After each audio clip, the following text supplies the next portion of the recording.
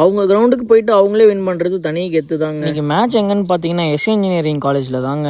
Opponent யாருன்னு பாத்தீங்கன்னா S engineering college boys தான். காலையில எழுந்து குளிச்சு முடிச்சுட்டு பஸ்ல மேட்சுக்கு தாங்க கிளம்பிட்டேன். நம்ம போன டைமுக்கும் நம்ம டீம் பாய்ஸ் வந்த டைமுக்கும் கரெக்டா இருந்துச்சு. Yes engineering boys toss win பண்ணி பேட்டிங் தாங்க எடுத்திருந்தாங்க. 30 ஓவருக்கு 216 ரன் அடிச்சிருந்தாங்க. மிட் ஓவர்ஸ்ல ரன்னே வராத மாதிரி தான் இருந்துச்சு. எப்படி இவ்வளவு ஸ்கோர் வந்ததுன்னு தெரியல. கொஞ்சம் அசால்ட்டா விட்டுட்டோம். இன்னிங்ஸ் பிரேக் முடிஞ்சு செகண்ட் இன்னிங்ஸும் ஸ்டார்ட் ஆயிடுச்சு. நம்ம டீம் ஓபனர்ஸ் போய் நல்லா ஸ்டார்ட் கொடுத்தாங்க. அவங்க கொடுத்த ஸ்டார்ட்டை பார்த்து நாங்களும் மேட்சை ஈஸியா வின் பண்ணிடுவோம் தாங்க நினைச்சோம். காலை உணவுக்கு கேப்டன் இட்லியும் கெட்டு சட்னியும் தாங்க வாங்கி கொடுத்தாரு. பேருக்கு கெட்டு சட்னின்னு சொல்ல சட்னியும் கெட்டு போய் தான் இருந்துச்சு. சரி நம்ம மேட்ச்குள்ள வருவோம். விக்கெட்டும் ஒன்னா விழ ஆரம்பிச்சிருச்சு. போற வரவங்க 20-30 தாங்க அடிச்சிட்டு வந்தாங்க. கடைசியா கேப்டன் ஒரு பார்ட்னர்ஷிப் கொடுத்தாரு பாருங்க. மேட்சை கிட்ட போய் வின் பண்ணிட்டோம். மேன் ஆஃப் த மேட்ச் யாருன்னு பாத்தீங்கன்னா நம்ம கேப்டன் தாங்க.